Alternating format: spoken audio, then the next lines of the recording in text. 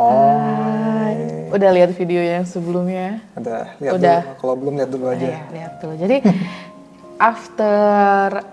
jadi pasca melahirkan itu ada yang namanya masa postpartum. Postpartum itu yang kayak bener-bener for me itu kayak ini apa ya? Itu kenapa bisa kayak gini ya gitu loh. Jadi aku nih siapa ya? Loh ini kok ada anak kecil? Itu benar terjadi. Perasaan happy Bi.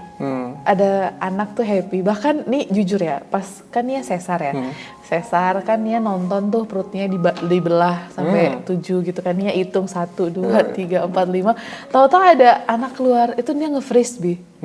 Itu dia nge-freeze kayak ini siapa ya gitu. Itu bukan jahat nggak jahat ya guys, tapi itu perasaan yang dialamin oleh ya saya sih nggak tahu apakah semuanya kayak gitu. Terus abis itu kayak rasanya bingung kok mau happy tapi bingung nggak tahu gitu. Terus pas abis melahirkan adalah drama menyusuin itu kan, drama yang gendis sampai akhirnya masuk rumah sakit. Nah itu tuh jujur bikinnya drama yang banget itu. Itu bikin Nia benar-benar kayak mau gitu loh Bi. Kayak dia bilang sama Mas kan kayak Nia capek gitu. Itu benar-benar bahaya loh. Bahaya banget ibu melahirkan. Dia sampai bilang capek itu sebenarnya udah di posisi bahaya. Karena apa? Karena dia itu ngerasa satu nggak berguna gitu dan kedua sangat rapuh. Karena apa? Karena ketika gendis masuk rumah sakit semua orang itu nyalahin Nia Bi. Gitu kan. Semua orang nyalahin Nia dan kayak semua itu Nia penjahatnya gitu loh. Gitu. Tapi yang mau dibagiin di sini sebenarnya bukan keluh kesahnya Nia, bukan. Tapi Nia tuh mau berbagi ke penonton semuanya bahwa baby blues itu bisa dicegah. Gitu. Poinnya itu. Jadi bisa dibayangin dong kayak gimana chaosnya perasaan ibu muda ini, tapi bisa selamat dari yang namanya baby blues. Gitu. Kalau menurut Mas sendiri gitu kan melihat Nia yang kondisinya abis sesar terus abis itu mondar-mandir dan infeksi lagi jahitannya gitu itu. Apa yang waktu itu Mas pikirkan dan gimana caranya Mas ngejaganya supaya Nia nggak yang kata orang tuh baby blues? Oke. Ini kalau yang ngelihat cowok juga para suami atau cowok yang belum menikah gitu kan. Kalau di pikiran lu pada ya bro, nikah itu cuma buat nyari pembantu, lu mendingan skip nih video aja deh. Gitu ya. Tapi kalau memang kalian menikah untuk menjadi seorang ayah, seorang bapak, seorang payung untuk istri anak kalian, kita bisa sharing di sini. Nah, jadi kita kalau di breakdown itu kan kembali ke awal. Iya. Jadi Mas menikah itu kan memang buat nikahin kamu. Jadi Mas menikah itu kan karena Mas sudah selesai dengan diri Mas sendiri. Betul. Nah, jadi ketika melihat hal-hal kamu kecapean, melihat kamu lagi tantrum, gitu kan, melihat kamu lagi ngambek-ngambek nggak jelas gitu ya. Itu pas belum nikah ya maksudnya? Kita sedikit-sedikit arah-arah kesana ya. Gitu kan. Itu Mas anggap itu suatu latihan, gitu kan. Nah, termasuk ketika kamu kemarin sedang merasa capek dan kamu pun bilang ke Mas kan, Mas Nia capek, gitu kan. Nah itu kan disitulah peran Mas gitu. Ini jangan nangis. Disitulah peran kita sebagai suami gitu. Ini bagaimana caranya gitu. Bukan kita menjadi kayak semacam bensin dikasih api, emang ngapain capek semua? Gitu, emang ngapain gitu? Ini kan gue juga capek, gue juga nggak tidur gitu kan. Gitu kan. Itu orang-orang yang menikah hanya untuk mencari pembantu, status tuh kayak gitu biasanya. Gitu. Iya, bentar loh, ini kok nangis ya? soalnya emang luar biasa sih momen itu. Iya, soalnya emang capek kan. Terus juga dan untungnya waktu pada saat itu tuh dapat dokter dan dapat obat yang jago lah gitu kan. Jadi dia nggak kerasa sakit di sesar, tapi perasaan dia tuh kan hancur banget gitu kan. Lihat bayi Nia nggak ada di samping, bayi Nia tuh udah di inkubator gitu kan. Terus yang pada saat itu Mas cuma bilang udah kamu tidur gitu, udah nggak usah mikirin apa-apa. Terus kayak yang apa namanya payudaranya bengkak gitu kan, bengkak kena ya nggak tahu lah bengkak kenapa gitu. Tapi Mas tuh masih jaga apa jaga dia biar waras lah gitu kan, karena kayak bingung mau ngapain gitu kan. Terus kayak bahkan kayak apa sempet telat ya sekali minum ya. Iya, kamu ketika di malam bayi kita nangis, si Gendis nangis itu, istri gue skip obat satu, yang ketika besoknya anak sudah masuk rumah sakit, bengong sedikit udah mulai kerasa operasiannya gitu. Iya, tapi untungnya obatnya bagus sih, jadi ketika itu jadi kayak nggak kerasa. Yang penting bahkan itu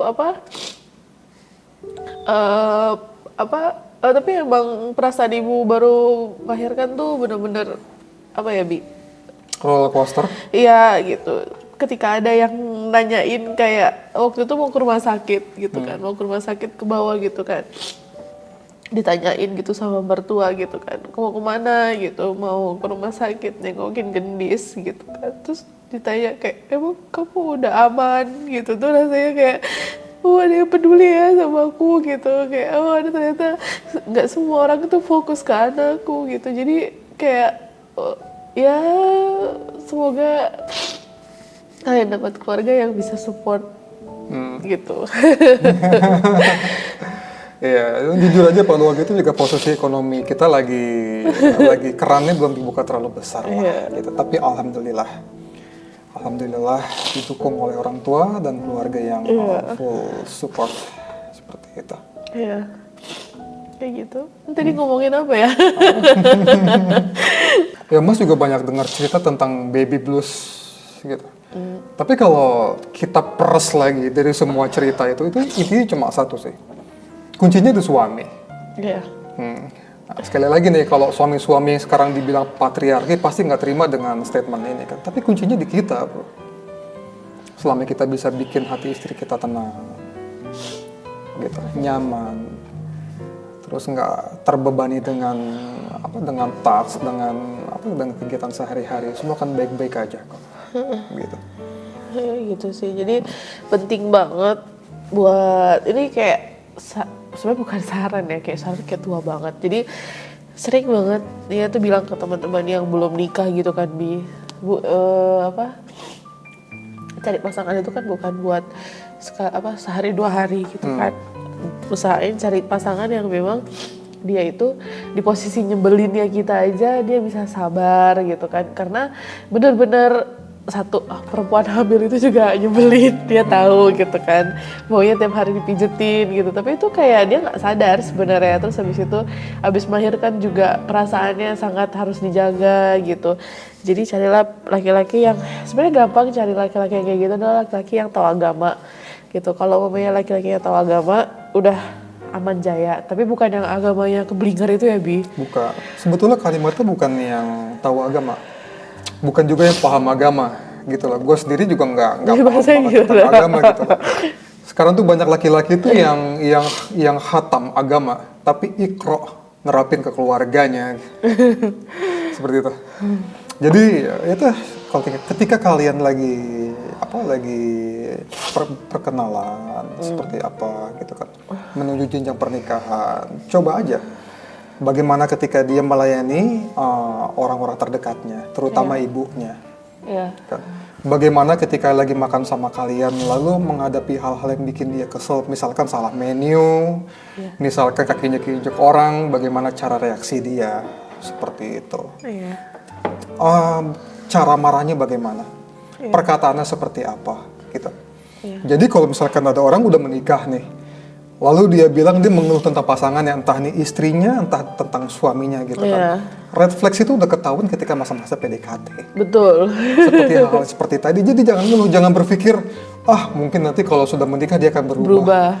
No, nggak seperti itu. Cara mainnya nggak kayak gitu. Tapi mau nanya Bi, ini kan mau nanya nih, kalau ini buat mewakili perempuan-perempuan gitu kan. Emang gimana tahu kalau umpamanya laki-laki itu udah selesai sama dirinya dan serius sama kita? Kalau versi cowok, versi cowok. Versi cowok. Iya. Kalau buat Mas, Heeh. kalau buat Mas pertama, dia nggak akan melakukan hal-hal sesuatu yang mencelakakan keluarganya. Contoh, rokok yang paling gampang. Kan. Dulu gue ngerokok bro, kan. Masih mabok atau enggak? Kan kalau soal itu jangan tanya. Gitu, masih suka nongkrong sama temen-temennya nggak yang unfaedah gitu. Oke. Kan kalau main game itu masih setoleransi lah, masih di depan istrinya gitu kan. Tapi kalau main game, main slot kayak gitu itu hal-hal simple. Itu aja. Dan ini juga ada konten-konten para ibu-ibu yang sekarang banyak FYP di Instagram atau di TikTok gitu. Mereka bikin punchline, bikin kalimat gitu. Habis makan ditinggal oleh suaminya pengen ngerokok. Suami ini gimana? Ngeluh karena suaminya ngerokok. Bu, ngapain lo ngeluh? Itu pilihan lu, Bu. Gitu kan. Lu udah tahu itu ketika kalian sebelum menikah dan kalian memilih untuk menikahi pria itu. So, jangan ngeluh. Itu pilihan lu. Iya, Itu gitu. salah satu tandanya seperti itu. Oke, semangat ya cari jodoh. Ya udah gitu sih caranya. Jadi buat semua perempuan semangat, nggak ada yang namanya nggak bisa. Selama semuanya itu kayak apa ya namanya ya, sistem saling support gitu ya Bi. Ya, saling support. Ya saling support dan juga ya kan kalau suaminya kayak gini kan juga istrinya gimana cara ininya apa namanya ngerawatnya, pasti kan ada hubungan timbal balik lah. Nah, kamu pun luar biasa kok. Oh gitu ya. Mas satu ya, ini pesan, bukan pesan ini berbagi aja, cuma benar sih. Apa tuh? Laki-laki yang kuat itu keras sama dirinya sendiri. Laki-laki yang lemah itu keras sama anak istrinya. Kan, lihat aja.